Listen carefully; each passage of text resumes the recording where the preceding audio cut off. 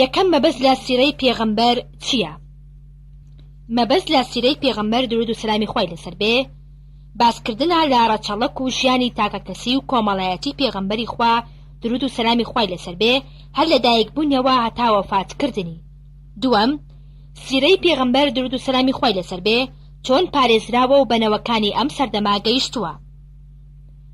دووەم سیرە وەکو سنەتی پێغەمبەرە صلی الله عليه وسلم بەڕێگەی گێڕانەوە گوێزراوەتەوە و ئێمەش وەرمان گرتووە و لە سەردەمی شوێن کەوتوەکان کۆکراوەتەوە. سێەم کەی نووسین لەبارەی سیرەوە دەستی پێکرد بەناو بانگترین نووسەری سیرەش کێیە؟ لە دوای کۆچی دوای پێغەمبەری خوا درود و سەلامی خوای لەسەر بێ نووسینی سیرە دەستی پێکردووە و ئەبوو ئیسحاق بەناو باگترین نووسەری سیرەیە. پێنجەم لە نێوان کتێبەکانی سیرەدا سێ کتێب ناو ببە. وەڵام بەناوبانگترین کتێبی سیرە بریتیە لە یەکەم سیرەی ئیبن ئیسحاق، دووەم عیون الئەثەر نووسینی ئیبن سەید الناس، سێەم سیرەت النەبەویە نووسینی ئیبن کەثیر. پرسیار: یەکەم دورگەی عەرەبی جزیرەت العەرەب ئەکەوێتە چ بەشێک لە گۆی زەویەوە؟ وەڵام دورگەی عەرەبی ئەکەوێتە بەشی باشووری ڕۆژئاوای کیشوەری ئاسیا. پرسیار: گرنگترین تایبەتمەندی سروشتی دورگەی عەرەبی ناو ببە. وەڵام گرنگترین تایبەتمەندی دورگەی عەرەبی بریتیە لە ئاو هەوای گەرم، ژیانی ناخۆش، شاقی بەرزی زۆر و شی و دۆڵی قوڵ و دەشتی بەرین وەکەمی باران و لەوەرگا. پرسیار: هۆی چی بوو هەردوو دەسەڵات دارانی ڕۆم و فارس چاویان لە داگیرکردنی دورگەی عەرەبی نەبوو؟ وەڵام سروشتی وشک و بیابانی گەرم و کەمی ئاو و دار و درەخت لەو هۆیانە بوون کە نیازی گرتنی دورگەی عەرەبیان نەبێت. پرسیار: ئایا مەکەی پیرۆز تایبەتمەندی نمونەیی بوو لە دورگەی عەرەبدا؟ وەڵام مەکەی نمونەی تەواوی لە سروشتی دورگەی عەرەبیدا هەبوو کەوتە بۆ نێوان شی و وشکانی و زنجیرە شاخێک، لەبەر ئەمەش ناشێت بۆ چاندن و کشت و کاڵ. پرسیار: چۆن مەکە بە شێوەی ناوچەی پیرۆز و بەڕێز هاتە پێش؟ وەڵام خوای گەورە مەکەی خستە ژێر بەزەی خۆیەوە و پاشان دروستکردنی کەعبە لەلایەن پێغەمبەر ئیبراهیمەوە عەلەیهی سەلام بوو بە ناوچەیەکی پیرۆز. پرسیار: چ پەیوەندیەک هەیە لە نێوان باری کۆمەڵایەتی و باری سروشتی دورگەی عەرەبدا؟ یەکەم باری کۆمەڵایەتی وەڵام باری کۆمەڵایەتی دورگەی عەرەبی هەتا پێش دەرکەوتنی ئیسلام بە تەواوی لە ژێرکاری سروشتی دورگەکەدا بوو. پرسیار: بیر و باوەڕ و ئاینداری لەناو عەرەبدا چۆن پەیدا بووە؟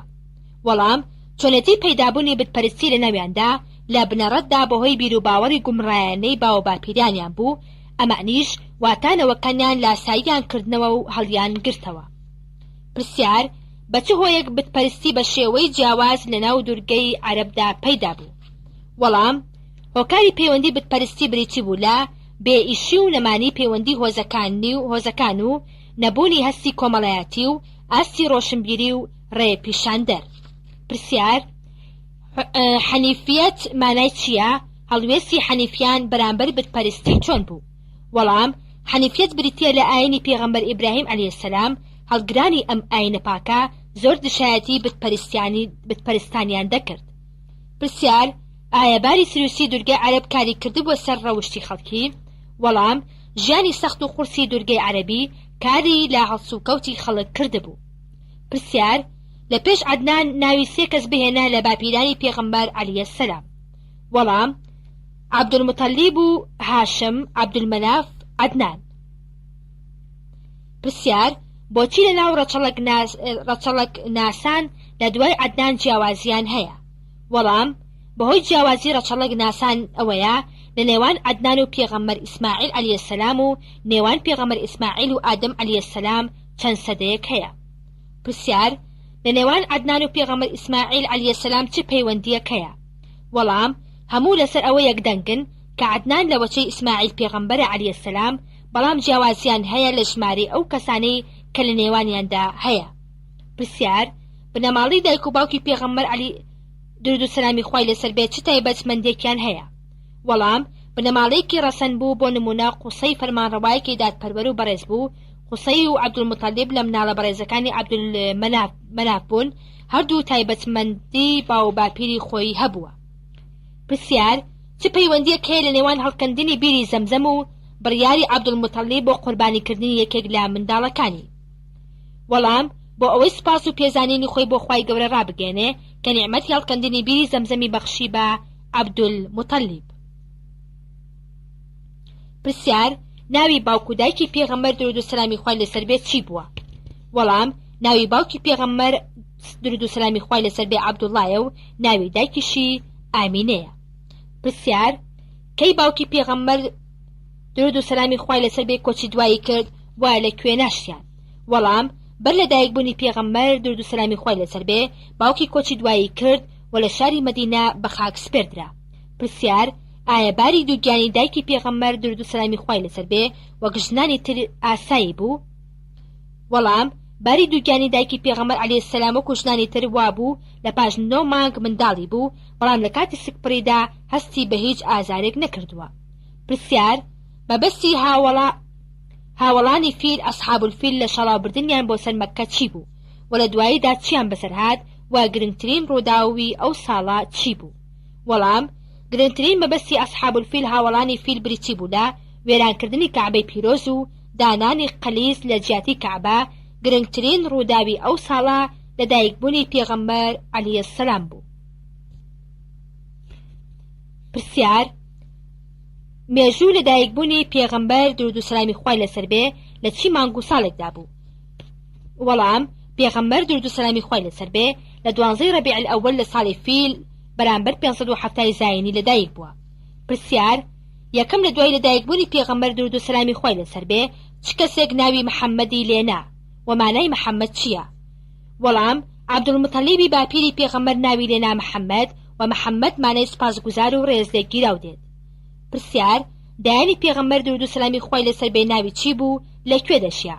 وەڵام دایانی پێغەمبەر درود و سەلامی خوای لەسەر بێ ناوی حەلیمەی کچی ئەبوو زوئەیب بوو لە هۆزی بەنی سەعد بوو لە یەکێک لە ناوچە ئاوەدانکراوەکانی نزیک شاری مەککەدا دەژیا. پرسیار بۆچی حەلیما لە وەرگرتنی پێغەمبەر درود و سەلامی خوای لەسەر بێ دوودڵ بوو؟ وەڵام هۆی دوودڵی حەلیمە ئەوە بوو کە پێغەمبەر درود و سەلامی خوای لەسەر بێ هەچی بوو لە ترسا لەوەی هیچ یارمەتێکی نەدرێت لە بەرامبەر بەخێوکردنی پێغەمبەردا. پرسیار بەهۆی چیەوە بوو خێزانی حەلیمە ناز و نیعمەتێکی زۆر ڕژا بەسەریاندا؟ وەڵام بەهۆی بوونی پێغەمبەر درود و سەلامی خوای لەسەر بێ لە ناویاندا. پرسیار لەبەرچی خەڵکی شار منداڵەکانی خۆیان دەنارد بۆ لادێ؟ وەڵام ئەو منداڵانەی لە لادێکان بەخێو دەکران زۆر لە ساغ و بەهێز بوون. پرسیار لەبەرچی پاش تێپەڕبوونی 2 ساڵ حەلیمە ویستی پێغەمبەر درود و سەلامی خوای لەسەر بێ بۆ لای دایکی بەرێتەوە؟ وەڵام بەسەرهاتی سنگ لەتکردنی پێغەمبەر درود و سەلامی خوای لەسەر بێ و ترساندنی حەلیمە لەم ڕووداوە حەلیمە ویستی پێغەمبەر درود و سەلامی خوای لەسەر بێ بباتەوە بۆ لای دایکی. دووەم پێغەمبەر درود و سەلامی خوای لەسەر بێ تەمەنی چەند ساڵ بوو کە دایکی وەفاتی کرد و لەکوێ دایکی بە خاک سپێردرا؟ وەڵام پێغەمبەر درود و سەلامی خوای لەسەر بێ تەمەنی 6 ساڵ بوو کاتێ دایکی کۆچی دوایی کرد لە ئەبوا کە دەیەکە 23 میل لە مەککەوە دوورە بە خاک سپێردرا. پرسیار پاش کۆچکردنی دایکی پێغەمبەر درود و سەلامی خوای لەسەر بێ کێ بوو بە بەخێوکردنی پێغەمبەری خستە ئەستۆی خۆی؟ وەڵام عەبدولموتەلیبی باپیری بەخێوکردنی پێغەمبەری درود و سەلامی خوای لەسەر بێ خستە ئەستۆی خۆی و زۆریش خۆشی دەویست. پرسیار چ کاتێک ئەبوو تالیب پێغەمبەری درود و سەلامی خوای لەسەر بێ گرتە خۆی و ڕەفتاری چۆن بوو لەگەڵیدا؟ وەڵام کاتێ عەبدولموتەلیبی باپیری وەفاتی کرد ئەبوو تالیبی مامی سەرپەرشتی پێغەمبەری کرد درود و سەلامی خوای لەسەر بێ کە لە تەمەنی 8 ساڵیدا بوو. پرسیار لە کاتی گەشتکردنی پێغەمبەر درود و سەلامی خوای لەسەر بێ لەگەڵ ئەبوو تالیبی مامی بۆ شام چی ڕوودا؟ وەڵام لەو گەشتە ڕووداوی سەیر ڕوویدا وەکو پەڵە هەورێک دەگەڕا بەسەر پێغەمبەری خوادا درود و سەلامی خوای لەسەر بێ، هەروەها مزگەنی بۆ حەیڕای قەشا بە پێغەمبەرایەتی محەممەد و ڕاستپاردنی ئەبوو تالیبی مامی پێغەمبەر و گەڕانەوەی پێغەمبەر درود و سەلامی خوای لەسەر بێ بۆ مەککە و دوورخستنەوەی لە جوولەکە و فێڵیان. پرسیار ئەبوو تالیبی مامی پێغەمبەر درود و سەلامی خوای لەسەر بێ چی بوو؟ وەڵام ناوی عەبدولمەناف بەڵام زۆرتر بە ئەبوو تالیب بەناو بانگ بوو. پرسیار لەبەرچی پێغەمبەر درود و سەلامی خوای لەسەر بێ شوانی کرد؟ وەڵام پێغەمبەر درود و سەلامی خوای لەسەر بێ فەرمووی پێغەمبەران شوانێتیان کردووە، وتیان بەڕێستانی شوانێتی کردووە، فەرمووی من لە بەرامبەر پارەیەکی کەم بۆ خەڵکی مەکە شوانیم ئەکرد.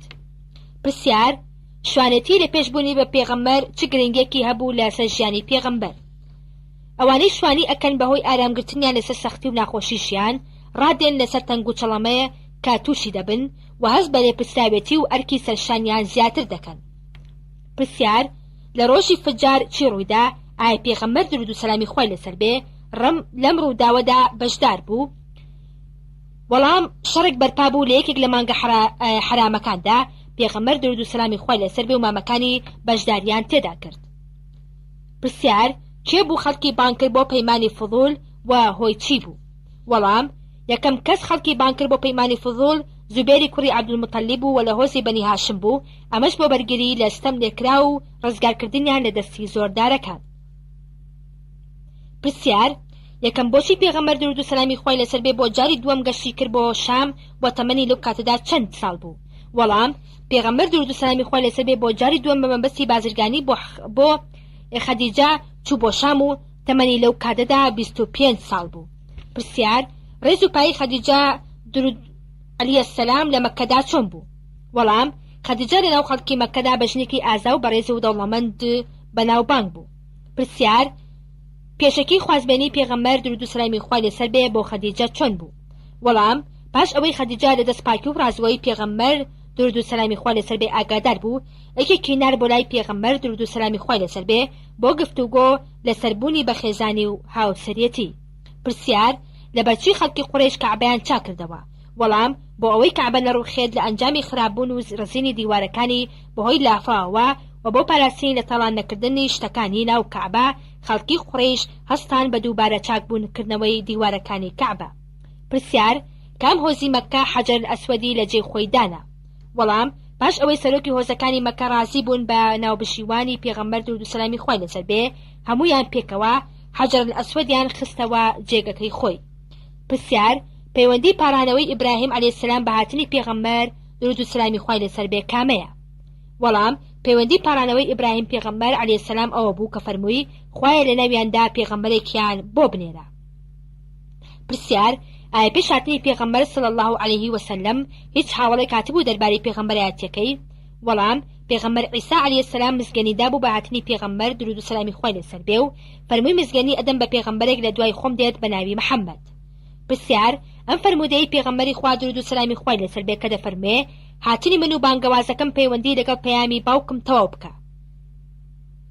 وەڵام: بانگەوازی من درێژە پێدەری پەیامی باوکمە واتە ئیبراهیمە و عیساش مزگەنی داوە بە هاتنم دوای خۆی و لە کاتی لەدایک بوونمدا دایکم چەند شتێکی سەیری بینیوە. پرسیار: ئەو سێ تایبەتمەندیە چییە دەربارەی پێغەمبەری خوا لە تەورات و قورئاندا هاتووە؟ وەڵام: ئەو سێ تایبەتمەندیە لە قورئان و تەوراتدا هاتووە ئەوەیە پێغەمبەری خوددا درود و سەلامی خوای لەسەر بێ ڕق ئەستور و توند و تیژ و خراپبێش نەبووە. پرسیار: ئایا عەرەب پێویستیان بە بەرنامە و پێغەمبەر هەبووە؟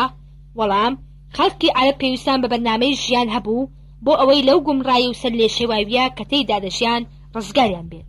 پرسیار: یەکەم سروشت وەحی کە بۆ پێغەمبەر درود و سەلامی خوای لەسەر بێ هات تەمەنی چەند ساڵ بوو؟ وەڵام: پێغەمبەر درود و سەلامی خوای لەسەر بێ تەمەنی 40 ساڵ بوو، لەو تەمەنەشدا تەواو گەشەی ژێری مرۆڤە. پرسیار: لەبارەی گۆشەگیری پێغەمبەری خوا درود و سەلامی خوای لەسەر بێ لە ئەشکەوتی حێرا چی دەزانیت؟ وەڵام: پێغەمبەر درود و سەلامی خوای لەسەر بێ زۆر ئارزووی لە گۆشەگیری بوو، دەمایەوە لە ئەشکەوتی حێرا بۆ خواپەرستی. پرسیار: یەکەم ڕستە کە جوبرائیل بە پێغەمبەری وت فەرموو درود و سەلامی خوای لەسەر بێ چی بوو و پێغەمبەر درود و سەلامی خوای لەسەر بێ چ وەڵامێکی دایەوە؟ وەڵام: یەکەم ڕستا وشەی ئیقرا بوو، پێغەمبەر درود و سەلامی خوای لەسەر بێ لە وەڵامدا فەرمووی من خوێندەوار نیم. پرسیار: بەدابەزینی یەکەم سروشت پێغەمبەر درود و سەلامی خوای لەسەر بێ تووشی ناڕەحەتیەک بوو، چۆن خەدیجە دڵنەوایی پێغەمبەری کرد؟ وەڵام: خەدیجە بۆ جۆرە دڵنەوایی کردووتی ئەوەی بەسەر تۆ داهاتووە بە چاک و خێر وەری بگرا، من دڵنیام خوای گەورە هەرگیز سەرشۆڕت ناکات. پرسیار: بۆچی خەدیجە پێغەمبەر درود و سەلامی خوای لەسەر بێی نارد بۆ لای وەرەقەی کوڕی نەوفەلی مامی؟ وەڵام: چونکە وەرەقەی کوڕی نەوفەل شارەزایی هەبوو لە ئینجیل و ئەو وەحی سروشانی کە بۆ عیسا و پێغەمبەران هاتبوو. پرسیار: پێغەمبەر درود و سەلامی خوای لەسەر بێ لە سەرەتای بوونی پێغەمبەرێتی چۆن نوێژی دەکرد. وەڵام لە سەرەتای پێغەمبەر درود و سەلامی خوای لەسەر بێ بەیانیان و شەوان 2 ڕکعات نوێژی دەکرد و دوای ئەمەش جوبرائیل دەستنوێژ و نوێژی فێر کرد. پرسیار کەسانی یەکەم کە بڕوایان هێنا بە پێغەمبەر درود و سەلامی خوای لەسەر بێ لەناو پیاوان و ژنان و منداڵاندا کێ بوون؟ وەڵام کەسانی یەکەم لە پیاوان ئەبوبەکر، لە ژنان خەدیجە، لە منداڵان عەلی بوو خوایان لێ ڕازی بێ. پرسیار لەم بانگەوازی ئیسلام بەنهێنی لە مەکەدا ماوەی چەند بوو؟ ماوەی 3 ساڵ بوو. لە پرسیار لە کام ئاەتدا خوای گەورە بە پێغەمبەری فەرمووە بانگەوازەکەت ئاشکرا بکە؟ وەڵام لە ئاەتی 94 سورەتی حەجردا خوای گەورە دەفەرمێ ئەوەی فەرمانت پێکراوە ئاشکرای بکە و ڕۆد وەربگەڕا لە موشریکەکان. پرسیار کەی موشریکەکانی مەککە دەستیان کرد بە دژایەتی پێغەمبەر درود و سەلامی خوای لەسەر بێ؟ وەڵام کاتێک پێغەمبەری خوا درود و سەلامی خوای لەسەر بێ بتپەرستی بەکارێکی نادروست و ناشرین هێنایە پێش چاوی خەڵکی. پرسیار لەناو پیاواندا کێ بوو زۆر ئازاری پێغەمبەری دەدا؟ وەڵام لەناو پیاواندا ئەبوو جەهل زۆرتر ئازاری پێغەمبەری دەدا درود و سەلامی خوای لەسەر بێ. دووەم لەناو ئافرەتاندا کێ بوو زۆر ئازاری پێغەمبەری دەدا؟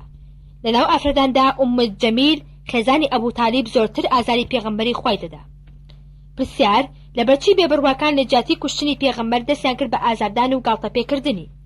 وەڵام بۆی پشتگیریکردنی ئەبوو تالیب مامی پێغەمبەر و هۆزی بەنی هاشم و بەنی مەطلەب نیان دەتوانی ڕاستەخۆ دژایەتی پێغەمبەر بکەن درود و سەلامی خوای لەسەر بێ. پرسیار ئایا بێبڕواکان هەموو موسڵمانیان ئازار دەدا یان تەنیا بێهێز و هەژارەکانیان ئازار دەدا؟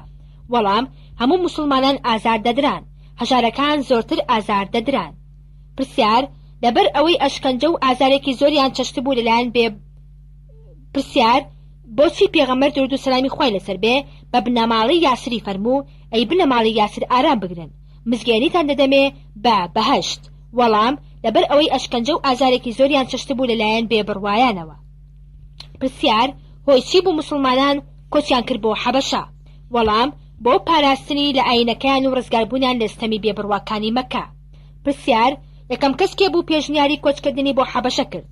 وەڵام پێغەمبەر درود و سەلامی خوای لەسەر بێ یەکەم کەس بوو پێشنیاری کرد بۆ کۆمەڵێک موسڵمانان کە کۆچ بکەن بۆ حەبەشە. پرسیار ژمارەی ژنان و پیاوان چەند بوون لە کۆچی یەکەم و دووەم بۆ حەبەشە؟ وەڵام کۆمەڵی کۆچکەرانی یەکەم ژمارەی پیاوان 12 و ژمارەی ژنان 4 بوو، کۆمەڵی کۆچکەرانی دووەم 83 پیا و 18 ژن بوون. پرسیار نەجاشی پاشای حەبەشە هەڵوێستی چۆن بوو دەربارەی گێڕانەوەی موسڵمانان بۆ مەککە؟ وەڵام گێڕانەوەی موسڵمانانی ڕەت کردەوە و فەرمووی ئێوە لێرەدا لە ئاسایشدا دەژین و دیاری موشریکەکانی وەرنەگرت. پرسیار کام ژن و مێرد بوو کە لە نێوان کۆچکەراندا بوون بۆ حەبەشە؟ وەڵام ئیمامی عوسمان و ڕوقیەی خێزانی بوون. پرسیار هۆی چی بوو بێبڕواکانی مەککە گەماڕۆیان خستە سەر هۆزی بنی هاشم و بەنی مطلب؟ وەڵام لەبەر ئەوەی ئاینی ئیسلام گەشەی کردبوو لە مەککەدا و بەنی هاشم و بەنی مطلب ئامادە نەبوون لە سپاردنی پێغەمبەر بە موشریکەکان. پرسیار بەندەکانی گەماڕۆدان لەسەر هۆزی بەنی هاشم و بەنی مطلب چی بوو؟ وەڵام لە بەیاننامەکەدا هاتبوو کە خەڵکی مەککە نابێت لەگەڵ موسڵمانان بازرگانی و ژن و ژنخوازی و گفت و گۆش بکەن. پرسیار کێ بەیاننامەی گەماڕۆی نووسی و لە چ شوێنێکدا هەڵواسرا؟ وەڵام لە نووسینی بەیاننامەکان لەلایەن نەڤەر بن حارس یان مەنسوور بن مەکرەمەوە بوو و بە دیواری کەعبەوە هەڵواسرا.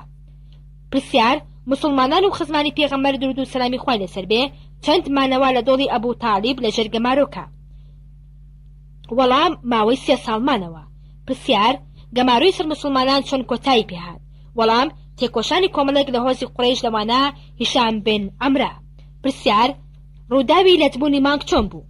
وەڵام بێبڕواکان داوای موعجزەیان کرد لە پێغەمبەر بۆ سەرماندنی ڕاستی پێغەمبەرێتەکەی. لە ئەنجامدا پێغەمبەر درود و سەلامی خوای لەسەر بێ فەرمووی سەری مانگ بکەن و پاشان مانگ بوو بە 2 کرد.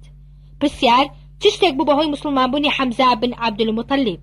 وەڵام ستەم و ئازادانی ئەبوو جەهل بەرامبەر پێغەمبەر درود و سەلامی خوای لەسەر بێ بوو بەهۆی موسڵمانبوونی حەمزە بن عەبدولموتەلیب. پرسیار ناوی خوشکی عومەری کوڕی خەتاب و مێردی خوشکی چی بوون کە بوون بەهۆی موسڵمانبوونی؟ وەڵام ناوی خوشکەکەی فاتمە و ناوی مێردی خوشکی سەعید بن زەید بوو. پرسیار چ کاتێک بێبڕواکان توانیان بە ئاشکرا دژایەتی پێغەمبەر بکەن درود و سەلامی خوای لەسەر بێ؟ وەڵام لە پاش کۆچی دوای ئەبوو تالیبی مامی پێغەمبەر درود و سەلامی خوای لەسەر بێ بێبڕواکان بە ئاشکرا دژایەتی پێغەمبەریان دەکرد. پرسیار پێغەمبەر درود و سەلامی خوای لەسەر بێ چۆن باسی کۆچی دوای خەدیجەی کرد؟ وەڵام بۆ دەربڕینی سۆز و وفای خۆی بۆ خەدیجە زۆر بە چاکە باسی دەکرد و ڕێزی لە ژنانی هاوڕێی دەگرت. پرسیار بۆچی پێغەمبەری خوددا درود و سەلامی خوای لەسەر بێ سەردانی تائیفی کرد؟ وەڵام بۆ داڵدەدانی پێغەمبەر درود و سەلامی خوای لەسەر بێ و پاراستنی لە بێبڕواکانی مەکە و بۆ ئەوەی بانگەوازیان بکات بەرەو ئیسلام و سەردانی کردن. پرسیار وەڵامی خەڵکی تائیف چۆن بوو بەرامبەر بانگەوازی پێغەمبەر درود و سەلامی خوای لەسەر بێ؟ وەڵام پرسیار پێغەمبەر بۆ چ مەبەستێک بانگەوازی خەڵکی تائیفی کرد؟ وەڵام بە مەبەستی وەرگرتنی ئاینی ئیسلام. پرسیار وەڵامی خەڵکی تائیف چۆن بوو لە بەرامبەر بانگەوازی پێغەمبەری ئیسلام؟ وەڵام بە شێوەیەکی زۆر ناشرین وەڵامی پێغەمبەریاندایەوە دەریان کرد و منداڵەکانیان بەردیان پیادا و هەتا پێی مبارەکی بریندار بوو. پرسیار پێغەمبەر درود و سەلامی خوای لەسەر بێ بۆ کوێ پەنای برد و یەکەم پارانەوەی چی بوو؟ وەڵام پێغەمبەر درود و سەلامی خوای لەسەر بێ لە دەستی ئازاردانی خەڵکی تائیف پەنای برد بۆ ناو باخێک بۆ حەوانەوە بۆ پشودان لەژێر سێبەری دارمێوێکدا ڕاکشا و پاڕایەوە فەرمووی خوای گەورە پەنا ئەبەم بۆ تۆ لەبەر کەم توانایی و بێهێزیم بەرامبەر خەڵکی. پرسیار کاتێک پێغەمبەر درود و سەلامی خوای لەسەر بێ گەڕایەوە بۆ مەککە چی لەگەڵدا بوو؟ وەڵام لەگەڵ مەعتەم بن عەودا گەڕایەوە پێغەمبەری خستە ژێر چاودێری خۆیەوە. پرسیار چۆن موعجزەی ئەسرا و میعراج بۆ هۆی ئارامی و بەهێزی دڵی پێغەمبەر درود و سەلامی خوای لەسەر بێ؟ وەڵام بۆ هۆی ئارامی و بەهێزی دڵی پێغەمبەری خوا کاتێک بەهۆی کۆچی دوایی خەدیجەی خێزانی و ئەبوو تالیبی مامی ناڕەحەتێکی زۆر تووشی بوو. پرسیار بە چ بەڵگەیەک ئیسرا و میعراجی پێغەمبەر درود و سەلامی خوای لەسەر بێ بە گیان و ڕۆح ئەنجام درا؟ وەڵام بە بەڵگەی ئاەتی سبحان الذي إسرا بعبده پێغەمبەر درود و سەلامی خوای لەسەر بێ بە ڕوحی گیانی شەوڕەوی کردەوە. پرسیار پێغەمبەر درود و سەلامی خوای لەسەر بێ بۆ ڕۆیشتنی ئیسرا و میعراج سواری چی بوو؟ وەڵام سواری وڵاخێک بوو لە گوێ درێژ گەورەتر و لە ئێستر بچووکتر بوو و ڕەنگیشی سپی بوو. پرسیار ئیمامەت و پێشنوێژی پێغەمبەر درود و سەلامی خوای لەسەر بێ بۆ پێغەمبەرانی تر لە شەوی ئیسرا و میعراج چی دەگەیەنێت؟ وەڵام نیشانەی گەورەوی و ڕێز و پلەی پێغەمبەر درود و سەلامی خوای لەسەر بێ و دینەکەی دەگەیەنێت. پرسیار لە میعراجدا پێغەمبەر درود و سەلامی خوای لەسەر بێ چاوی بە چ کەسانێک کەوت؟ وەڵام چاوی بە پێغەمبەران کەوت و ئەوانیش بە خێر هاتنیان کرد. پرسیار کامە ئەرکود لێ پرسیاوێتی لەسەر پێغەمبەر درود و سەلامی خوای لەسەر بێ ڕاستەوخۆ پێویست کرا؟ وەڵام نوێژەکانی ڕۆژانە بوو بەهۆی گرنگێکی ڕاستەوخۆ لەسەر پێغەمبەر درود و سەلامی خوای لەسەر بێ پێویست کرا. پرسیار لە نێوان بەیت المقدس و مەککە چ پەیوەندێکی هەتایی هەیە؟ وەڵام خاڵی پەیوەندی نێوانیان پەیامی یەکتاپەرستی بوو کە ئیبراهیم پێغەمبەر عەلەیهی سەلام بناغی دانابوو و پێغەمبەر درود و سەلامی خوای لەسەر بێ درێژەی پێدا. پرسیار هەڵوێستی بێبڕواکان بەرامبەر ئیسرا و میعراج چۆن بوو؟ وەڵام هەڵوێستی دەربارەی هەواڵی ئیسرا و میعراج تەنها گاڵتەیان پێدەکرد و بە شتێکی بێنرخ سەیریان دەکرد. پرسیار بۆچی ئەبوو بەکر بە سدیق ناوبانگی دەرکرد؟ وەڵام ئەبوو بەکر لە بەرە بەیانی شەوی ئیسرا و میعراجدا پاش بیستنی هەواڵەکە فەرمووی ئەگەر پێغەمبەر درود و سەلامی خوای لەسەر بێ فەرموو بێتی ئەوە ڕاست ئەکات. پرسیار ئایا پێغەمبەر درود و سەلامی خوای لەسەر بێ لە شەوی ئیسرا و میعراجدا خوای بەچاو بینی؟ وەڵام پێغەمبەر درود و سەلامی خوای لەسەر بێ خودی خوای نەبینیوە، فەرموویەتی نوری خوان بینیوە. پرسیار بەکێ ئەوتێ ئەنسار ڕەچەڵێکیان چییە؟ وەڵام بە مسلمانانی مەدینە ئەوترا ئەنسار کە لە هۆزی ئەوس و خەزرەج و دوو کڕی حارثە بن ثەعلەبە بوون. پرسیار یەکەم چاوپێکەوتنی نێوان پێغەمبەری خوا و کۆمەڵێک لە هۆزی خەزرەج کەی بوو؟ وەڵام لە کاتی حەجکردن لە مینا پێغەمبەر درود و سەلامی خوای لەسەر بێ لەگەڵ 6 کەس لە هۆزی خەزرەج چاوپێکەوتنی کرد. پرسیار لەبەرچی ئەنسارەکان پێش خەڵکی تر بەرنامەی ئیسلامیان قبوڵ کرد؟ وەڵام هەڕەشەی جوولەکەکانی مەدینە بۆ خەڵکی مەدینە دەربارەی هاتنی کۆتا پێغەمبەر درود و سەلامی خوای لەسەر بێ بۆ هۆی ئەوەی ئەنسارەکان کتوپڕ بەرنامەی ئیسلام وەرگرن. پرسیار لە پەیمانی عەقەبەی یەکەم چەند کەس لە ئەنسارەکان بەشدار بوون؟ وەڵام 12 کەس بەشدار بوون، 10 کەسیان لە خەزرەجیەکان و 2 کەس لە ئەوسیەکان. پرسیار بۆچی عەقەبەی یەکەم بە بەیعەت النیسا ناسراوە؟ وەڵام چونکە باسی جیهاد و شەڕی تێدا نەبوو. پرسیار لە پەیمانی عەقەبەی دووەم گەورەی ئەنسارەکان کێ بوو؟ وەڵام گەورەی ئەنسارەکان بەڕا بن مەعرور بوو. پرسیار لە پەیمانی عەقەبەی دووەم ژمارەی ئەنسارەکان چەند بوو؟ وەڵام ژمارەیان 72 پیا و 2 ژن بوو. پرسیار بۆچی عەباس بن عەبدولمەتەلیب لە پەیمان نامەی دووەمدا ئامادە بوو؟ ئایا ئەو کاتە مسلمان بوو؟ وەڵام لەو کاتەدا هێشتا مسلمان نەبوو، ئامادە بوو بۆ ئەوەی لە نزیکەوە کاری برازاکەی ببینێ. پرسیار بەڕێوەبەرانی یان پێشەوایانی ئەنسار لەو پەیمانەدا چەند بوون وەکێ هەڵی بژاردن؟ وەڵام پێشەوایانی ئەنسار کە هەڵبژێررا بوون 12 کەس بوون لەلایەن پێغەمبەرەوە درود و سەلامی خوا لەسەر بێ دیاری کرابوون. پرسیار: پێغەمبەر درود و سەلامی خوا لەسەر بێ لەو پەیمانەدا لەسەر چ بنچینە و مەرجێک لەگەڵ ئەنسارەکان ڕێکەوت؟ وەڵام بنچینەی پەیمانی عەقەبەی دووەم لەسەر ئەوە بوو کە چۆن پارێزگاری لە ماڵ و منداڵی خۆیان دەکەن بەو جۆرەش پارێزگاری لە پێغەمبەری خوددا درود و سەلامی خوا لەسەر بێ بکەن. پرسیار: بەڵگە چییە لەسەر مسلمانبوونی نەجاشی پاشای حەبەشە؟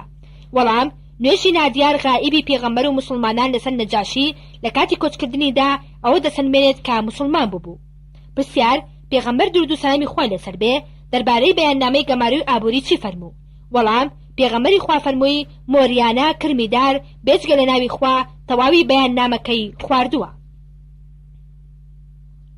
پرسیار: پێغەمبەر درود و سەلامی خوا لەسەر بێ چ مزگەینیەکی دا بە خەدیجە؟ وەڵام مزگەینی پێداوە بە خانوویەک لە بەهەشدا. پرسیار: ئایا پەیمانی عەقەبەی دووەم بە ئاشکرا ئەنجام درا؟ وەڵام عەقەبەی دووەم بە نهێنی لە شەودا ئەنجام درا. پرسیار: پێغەمبەر درود و سەلامی خوا لەسەر بێ لە چ بەشێک لە زەوی ئەبوو ئەیوبی ئەنساری ماڵی خۆی هەڵبژارد؟ وەڵام پێغەمبەر درود و سەلامی خوا لەسەر بێ لەبەر پەیوەندی بەردەوامی لەگەڵ هەژاراندا لە خانووی خوارەوەی ئەبوو ئەیوب نیشتەجێ بوو. پرسیار: کەی کۆچکردنی هاوڵانی پێغەمبەر درود و سەلامی خوا لەسەر بێ بۆ مەدینە دەستی پێکرد؟ وەڵام لە دوای پەیمانی عەقەبەی دووەم پێغەمبەر درود و سەلامی خوا لەسەر بێ فەرمانی کرد بە کۆچکردنی مسلمانان بۆ مەدینە. پرسیار: بە چ شێوەیەک هاوڵانی پێغەمبەر درود و سەلامی خوا لەسەر بێ بۆ مەدینە کۆچیان کرد؟ وەڵام بە دەستەی چەند کەسی و بەنهێنی لە مەککە دەرچوون. پرسیار: کاتێکە سەلما لەگەڵ مێردەکەی ویستی کۆچکردنیان بۆ مەدینە هەبوو تووشی چ گرفتێ بوون؟ وەڵام بێباوەڕەکان قەدەغەی سەلمەیان کرد لە کۆچکردن و ماوەی ساڵی خستیانە ژێر چاودێری خۆیان و نەیان هێشت منداڵەکەی ببینێ. پرسیار: کێ بوو بە ئاشکرا کۆچی کرد بۆ مەدینە؟ وەڵام عومەری کوڕی خەتاب بە ئاشکرا لە مەککە دەرچووە دەرەوە و فەرمووی هەر کەسێ ئەوێ دایکی ڕۆڵەڕۆی بۆ بکات بابێت ڕێگان پێ بگرێت. پرسیار: بێبڕواکان بە چ شێوەیەک سوهەیبی ڕۆمیان دەرکرد لە مەککە؟ وەڵام بێبڕواکان نێن هێش سوهەیب ماڵ و داراییەکەی لەگەڵ خۆیدا ببات و پێیان وت بە نەداری و هەژاری هاتیتە ناومان و بە هەژاری بڕۆ لە ناومان. پرسیار: بۆچی سەرۆکەکانی قوڕیش لە دارن نەدوا کۆ دەبوونەوە؟ وەڵام سەرۆکەکانی قوڕیش کاتێ ئاگاداری پەیمانی عەقەبەی دووەم بوون ئەترسان لە چوونە دەرەوەی پێغەمبەر و یارەکانی بە مەبەستی شەڕکردنیان و گەڕانەوەیان بۆ مەککە. پرسیار: بێبڕواکان لە دارن نەدوا لەسەر چی ڕێکەوتن؟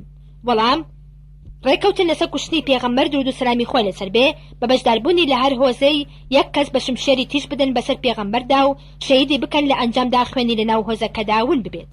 پرسیار: پێغەمبەر درود و سەلامی خوا لەسەر بێ چۆن لە مەککەدا کۆچی کرد؟ وەڵام بێ ئەوەی پاسەوانەکان ئاگادار بن پێغەمبەر درود و سەلامی خوا لەسەر بێ شەو لە پشتی ماڵی ئەبوبەکر مەککەی بەجێهێشت و ڕۆیشتا دەرەوە. پرسیار: لە شەوی کۆچکردنی پێغەمبەر درود و سەلامی خوا لەسەر بێ چ کەسێک لە جێی نووست؟ وەڵام عەلی کوڕی ئەبوو تاالب لە جێگەی پێغەمبەردا نووست. پرسیار: کێ بوو هاوڕێی پێغەمبەر درود و سەلامی خوا لەسەر بێ لە کۆچکردنیدا؟ وەڵام ئەبوبەکری سەدیق بوو.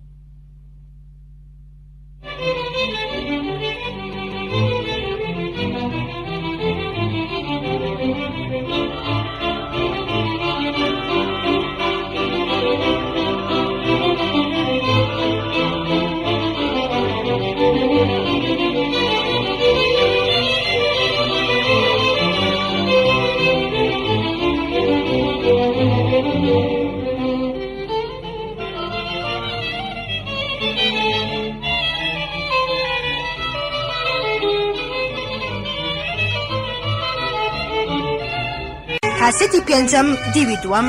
پرسیار: خۆپەنادانی پێغەمبەر درود و سەلامی خوای لەسەر بێ و ئەبوبەکر خوای لە ڕازی بێت لەناو ئەشکەوتی ثەور چ گرنگێکی هەبوو؟ وەڵام بە بەڵگەی ئەوەی کە ئەشکەوتی ثەور لە باشووری مەککە و ڕێگای مەدینە لە باکووری ئەشکەوتەکە بوو پاش ئەوەی بێبڕواکان سەریان لێشێوا و نائومێد بوون لە دۆزینەوەیان پێغەمبەر درود و سەلامی خوای لەسەر بێ و ئەبوبەکر بەرەو شاری مەدینە بەڕێکەوتن. پرسیار: کاتێک سەراقەت بن جەحشەم بە دوای پێغەمبەر درود و سەلامی خوا لەسەر بێ کەوتبوو چ ڕووداوێکی هاتە پێش؟ وەڵام کاتێک سوراقا نزیکی پێغەمبەر بۆەوە درود و سەلامی خوا لەسەر بێ پێغەمبەر داوای یارمەتی لەخوا کرد و سێ جار ئەسپەکە سوراقەی خز بە زەویدا. پرسیار: سوراقا چ بەڵێنێکی لە پێغەمبەر درود و سەلامی خوای لەسەر بێ ویست و ئەو بەڵێنەکەی ئاشکرا بوو. وەڵام بەڵێننامەی لێبوردن و ئازادی خواست ئەم بەڵێنە دوای ڕزگارکردنی مەککە ئاشکرا بوو. پرسیار: پێغەمبەر درود و سەلامی خوای لەسەر بێ لە خەیوەتی مەعبەددا چ کارێکی ئەنجامدا؟ وەڵام پێغەمبەر درود و سەلامی خوای لەسەر بێ لەگەڵ یاوەرەکەی لە ناو خێوەتی مەعبەددا پشوویاندا و مەعبەد هەستی کرد بە زیادبوونی شیر لە مەڕوو بزنەکانیدا، لەگەڵ ئەوەشدا ساڵێکی وشک و بێسەوزایی بوو. پرسیار: دوو هاوڕێی دیکەی پێغەمبەر درود و سەلامی خوای لەسەر بێ و ئەبوو بەکر کێ بوون؟ وەڵام عامر بن فەهیرە خزمەتکاری پێغەمبەر و عەبدوڵڵا بن ڕێقەتی ڕێپیشاندەریان بوو. پرسیار: پێشوازی ئەنساریەکان لە پێغەمبەر درود و سەلامی خوای لەسەر بێ و ئەبوو بەکر چۆن بوو؟ وەڵام لە دەرەوەی مەدینە چاوەڕێی پێغەمبەریان دەکرد، کاتێک تینی هەوا زۆر گەرم بوو بەرەو ماڵەوە دەگەڕانەوە. پرسیار: کە چوونە ناو شاری مەدینە پێغەمبەر درود و سەلامی خوای لەسەر بێ لەکوێ نیشتەجێ بوو و چ کارێکی ئەنجامدا؟ وەڵام پێغەمبەر درود و سەلامی خوای لەسەر بێ لە ناوچەی قەبا لە نێوان هۆزی بەنی عومەر و بەنی عەوف نیشتەجێ بوو و مزگەوتی قەبائی دروست کرد. پرسیار: لەبەرچی پێغەمبەر درود و سەلامی خوای لەسەر بێ فەرمووی پێشی حوشرەکەم مەگرن و لێگەڕن فەرمانی پێدراوە؟ وەڵام بۆ ئەوەی سەرۆک هۆزەکان و خەڵکی مەدینە گلەی نەکەن فەرمووی لە هەر شوێنێک وشرەکەم دانیشت لەو شوێنە ئەمێنمەوە. پرسیار: وشترەکەی پێغەمبەر درود و سەلامی خوای لەسەر بێ لە چ شوێنێک چۆکی دادا و لەسەر زەوی ڕاکشا؟ وەڵام وشترەکەی پێغەمبەر درود و سەلامی خوای لەسەر بێ لە نزیک ماڵی یەکێک لە سەرۆکۆزەکانی بنی مالک و بن نەجار و لە بەردەم مزگەوتی پشت شوێنی نیشتەجێبوونی پێغەمبەر درود و سەلامی خوای لەسەر بێ دانیشت کە لەو کاتەدا شوێنی حەوانەوەی وشتر بوو. پرسیار: کاتی خەڵکی مەدینە پێغەمبەریان بینی خەریکی ئیشکردن بوو لە کاتی دروستکردنی مزگەوتدا چیان وت؟ وەڵام خەڵکی مەدینە وتیان چۆن ئەبێت پێغەمبەر درود و سەلامی خوای لەسەر بکە ئیش بکات و ئێمە دانیشین. پرسیار: پێغەمبەر درود و سەلامی خوای لەسەر بێت چۆن ژیانی کۆمەلگای مەدینەی ڕێکخست؟ وەڵام بەپێی ڕێکەوتن نامەیەک ماف و بەرپرسایەتی نێوان مسلمانان و جوولەکەکانی دیاری کرد. پرسیار: موادعەت لەگەڵ جوولەکەکانی مەدینە چ مانایەک ئەگەیەنێت؟ وەڵام مانای ئەوەیە جوولەکە ئازادن لە دابوونەریت و کار و بازرگانی خۆیان. پرسیار: باسی موائەخات و برایەتی لە نێوان کۆچکەران و پشتیوانەکان چ کاتێک بوو؟ وەڵام پاش تێپەڕبوونی 5 مانگ لە کۆچکردنی مسلمانان بۆ مەدینە و تاوابوونی مزگەوتی پێغەمبەر درود و سەلامی خوای لەسەر بێ باسی پەیمانی برایەتی فەرموو. پرسیار: موائەخات برایەتی نێوان مهاجرین کۆچکەران و ئەنسار پشتیوانەکان لەسەر چی بوو؟ وەڵام برایەتی نێوانیان لەسەر ئەوە بوو مسلمانان ماڵی خۆیان لە نێوان یەکتریدا دابەش بکەن. ئەم پەیمانە مایەوە هەتا هاتنی ئاەتی 75 لە سوورەتی ئەنفال. پرسیار: ئەم فەرمودەی پێغەمبەر درود و سەلامی خوای لەسەر بێت تەواو بکە دوو. وەڵام دوو دەستی برایەتی بخەنە ناو دەستی یەکتری. پرسیار: پێش دانانی دەستوری بانگدان بە چ شێوەیەک مسلمانان بۆ نوێژکردن کۆ دەبوونەوە؟ وەڵام هەوڵیان دەدا لە شوێن و کاتی نوێژکردندا ئامادە بن و چاوەڕێی هیچ ئاگادارکردنەوەی کار نەدەکرد. پرسیار: بۆچی پێغەمبەر درود و سەلامی خوای لەسەر بێ زەنگ لێدانی پەسەند نەکرد بۆ ئاگادارکردنی کاتی نوێژ؟ وەڵام چونکە جوولەکە و مەسیحەکان زەنگیان بەکار ئەهێنا بۆ دروشمە ئاینیەکانیان. پرسیار: کامە هاوڵ سەحابی ڕستەکانی بانگدانی لە خەویەکدا بینی؟ پرسیار: وەڵام عەبدوڵڵا بن زەید خەزرەجی بوو. پرسیار: هۆی چی بوو سەرۆکی جوولەکەکان دەستیان کرد بە دژایەتی پێغەمبەر درود و سەلامی خوای لەسەر بێ؟ وەڵام لەبەر ئەوەی کە خوای گەورە لە نێوان عەرەبدا پێغەمبەری هەڵبژارد بەخیلیان پێکرد و دەستیان کرد بە دژایەتی کردن و پیلاندانان. پرسیار: هەڵوێستی جوولەکە لەبارەی عەبدوڵڵای کوڕی سەلام پێش و پاش مسلمانبوونی چۆن بوو؟ وەڵام جوولەکەکان پێش مسلمانبوونی عەبدوڵڵای کوڕی سەلام پیان ئەوت عەبدوڵڵا باوکی گەورەی ئێمە بوون و ئەبن، کەچی دوای مسلمانبوونی قسەی خراپیان پێ ئەوت و دوژمنایەتیشیان دەکرد. پرسیار: چۆن دووڕوویی لە مەدینەدا پەیدا بوو؟ وەڵام پاش گەشەکردنی ئاینی ئیسلام لە شاری مەدینە هەندێک لە هۆزی ئەوس و خەزرەج و مسلمان بەڕواڵەت و بێبڕوا بەنهێنی پەیدا بوون. پرسیار: لە چ ڕوویەکەوە دووڕوەکان و جوولەکە هاوکاری یەکتر بوون؟ وەڵام جوولەکە و دوڕوەکانی مەدینە بەنهێنی کۆ دەبوونەوە و پیلیانیان دادەنا دژ بە موسڵمانەکان. پرسیار هۆی چی بوو کە عەبدوڵڵای بن ئەبی ڕەقی لە مسلمانان هۆی چی بوو کە عەبدوڵڵای بن ئەبی ڕەقی لە مسلمانان بوو و بۆچی سەرۆکاتی دوڕوەکانی دەکرد؟ وەڵام پێش هاتنی پێغەمبەر درود و سلامی خۆی لەسەر بێ بۆ مەدینە، عەبدوڵڵا بن ئەبی گەورەی مەدینیەکان بوو، خۆی ئامادە بوو ببێ بە شای ئەوس و خەزرەجیەکان.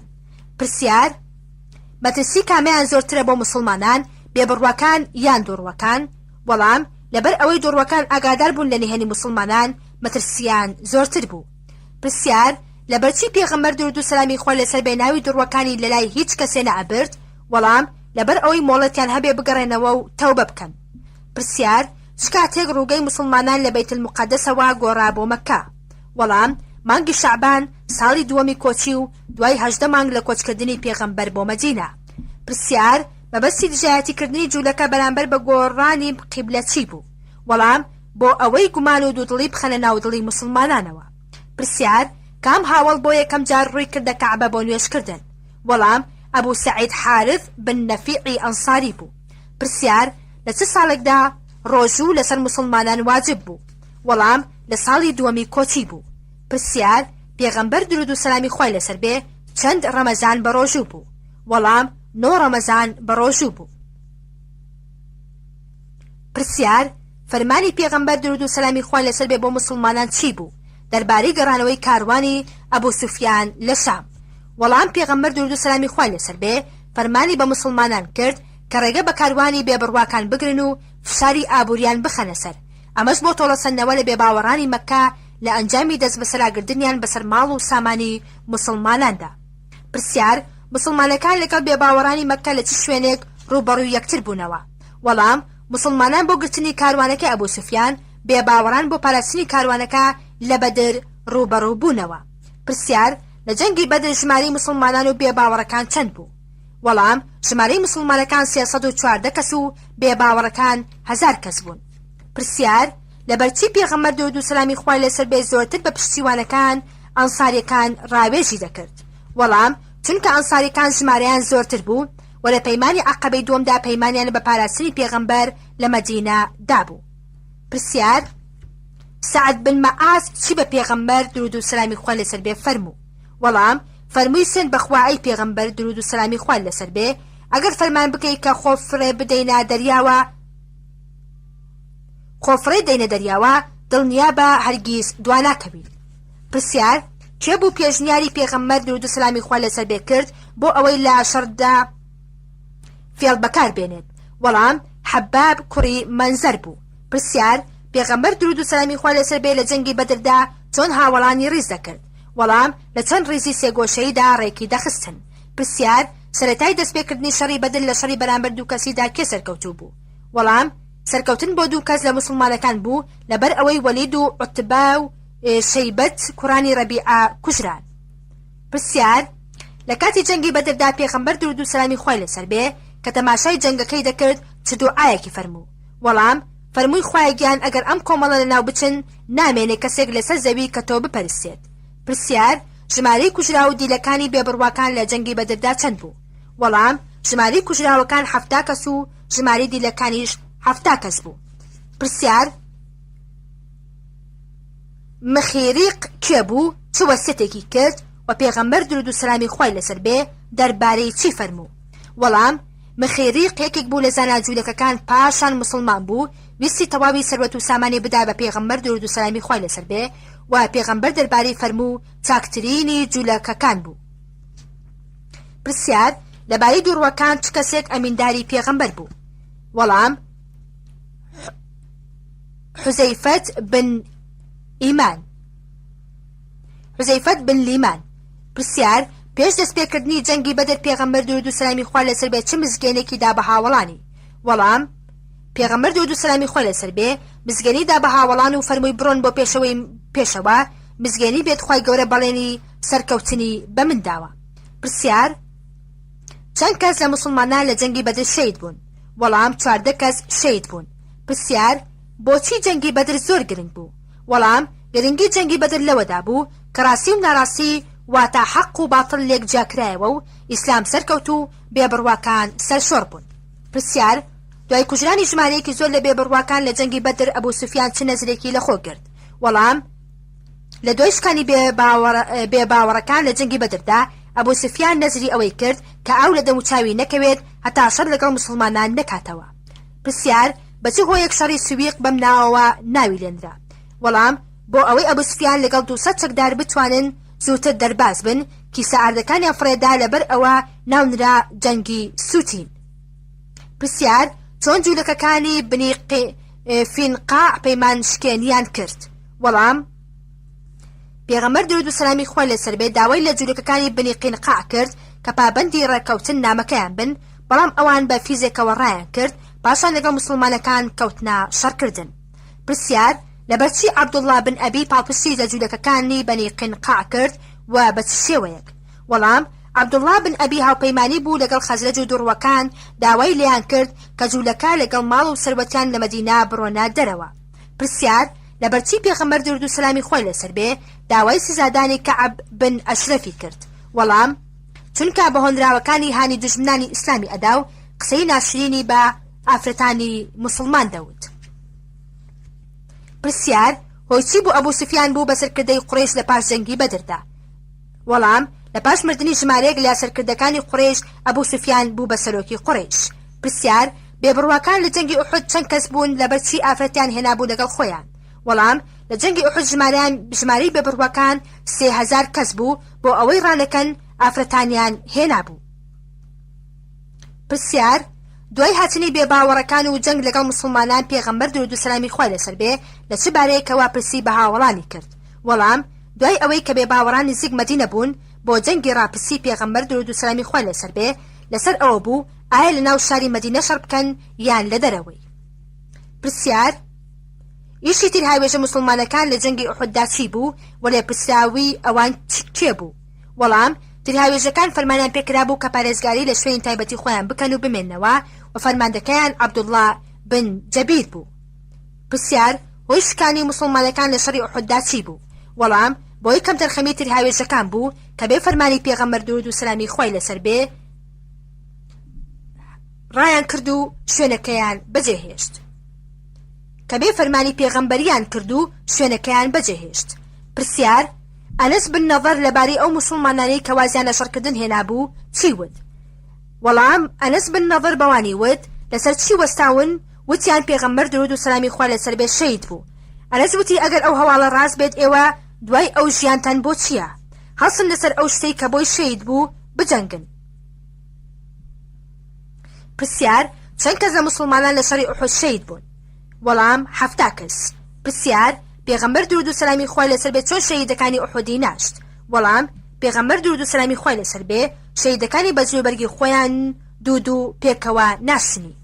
پرسیار: سەید الشوهەدا گەورەی شەهیدەکان لە شەڕی ئوحوددا کێ بوو؟ وەڵام: حەزرەتی حەمزە بوو. پرسیار: مسلمانان لە جەنگی ئوحوددا چ دەرس و پندێک فێر بوون؟ وەڵام: فێر بوون کە جارێکی تر بێ فەرمانی پێغەمبەر نەکەن و فێر بوون لە ژیاندا سەرکەوتن و شکانیش هەیە.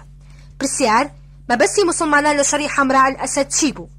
وەڵام: مەبەستی مسلمانان ترساندنی ئەبوو سوفیان بوو لەوەی جارێکی تر هێرش بۆ مەدینە بهێنێت.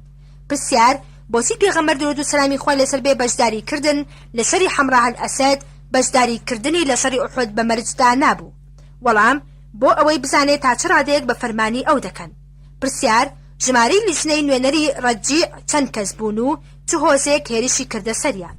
وەڵام: 10 کەس بوون، هۆزی هەذیل هێرشیان کردە سەریان. پرسیار: ئەبوو سوفیان لەبارەی خۆشەویستی هاوڵان بۆ پێغەمبەر درود و سەلامی خوا لەسەر بێ چی وتووە؟ وەڵام: وتویەتی من هیچ کەسێکم نەبینیوە وەکو خۆشەویستی هاوڵان بۆ پێغەمبەر درود و سەلامی خوا لەسەر بێ. پرسیار: کاری لیژنەی نوێنەرانی بەئرن مەعونە چی بوو و چ کەسێک خیانەتی لێکردن؟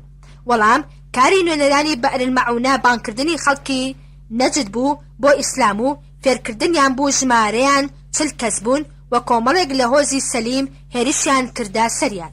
پرسیار: جوولەکەکانی هۆزی بەنی نەظیر چۆن پەیمانیان لەگەڵ پێغەمبەر شکاند؟ وەڵام: جوولەکەکەی بەنی نەظیر بە فرێدانی بەردە ئاشێک بۆ سەری پێغەمبەر درود و سەلامی خوای لەسەر بێ ویستیان شەهیدی بکەن لە کاتێک تێپەڕی بەلای دیواری ماڵی یەکێکیان.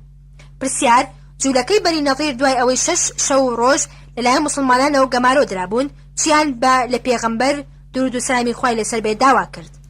وەڵام داوایان کرد کە مۆڵەتیان بدات کە بە سەلامەتی لە مەدینە بڕۆن و لەگەڵ ئەو ماڵی پێیان هەڵدەگیرێت. پرسیار ناوی شەڕی ذات الرەقاع لە چیەوە هاتووە؟ وەڵام مسلمانەکان کە دوای ئەوەی پێڵاوەکانیان درا پارچەیەکان لە دەرەوەی قاچیان پێچا بوو. پرسیار چ کاتێک نوێژی ترس سەلات الخەوف واجب کرا و مەبەست لەوە چی بوو؟ وەڵام نوێژی ترس لە شەڕی ذات الرەقاع واجب کرا مەبەست هۆشیارکردنەوەی مسلمانان بوو لە جەم و جۆڵی بێباوەڕەکان. پرسیار خەڵکی مەکە سەربازانی کام لەشکریان ناو لێنا بوو لەشکری شەراب؟ وەڵام خەڵکی مەکە بە سوپای ئەبو سوفیان لە شەڕی بەدری بچووک بەبێ شەڕ هاتبوونەوە بەگاڵتا پێکردنەوە ئایانوت سوپای شەراب. پرسیار چ کەسێک پێشنیاری لێدانی خەندەقی کرد بە دەوری مەدینەدا و چ کەسانێک بەشداریان تێدا کرد؟ وەڵام سلمانی فارسی پێشنیاری کرد و هەموو مسلمانان و پێغەمبەری خوددا درود و سەلامی خوای لەسەر بێ بەشداریان تێدا کرد. پرسیار چ کۆمەڵ و هۆزێک لە شەڕی خەندەقدا لەگەڵ یەکدا ڕێکەوتبوون دژی مسلمانان؟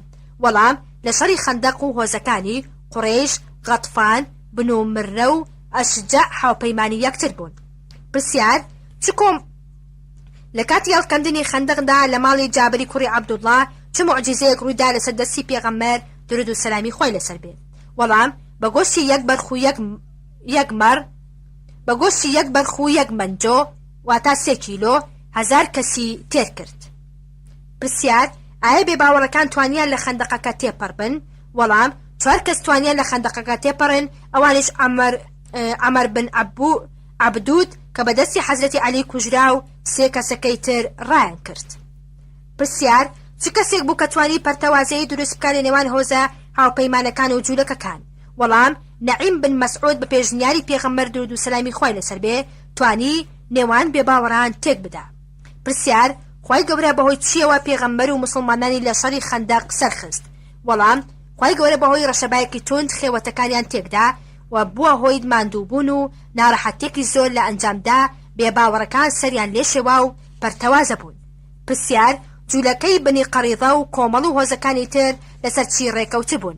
وەڵام جوولەکەی بنی قەڕیضە لەگەڵ کۆمەڵە هاوپەیمانەکانیان ڕێکەوت بوون لەسەر ئەوەی کە کۆمەڵەکان لە پێشەوە و جوولەکەکان لە دواوە شەڕ بکەن لەگەڵ مسلماناندا. پرسیار بۆچی جوولەکەی بەنی قەڕیضە سەعدی کوڕی مەعازیان بۆ دادوەری هەڵبژاد و دادوەری بۆ ئەوان چی بوو؟ وەڵام هۆی هەڵبژاردنی سەعدی کوڕی مەعاز ئەوە بوو کە سەعد گەوری ئەوس بوو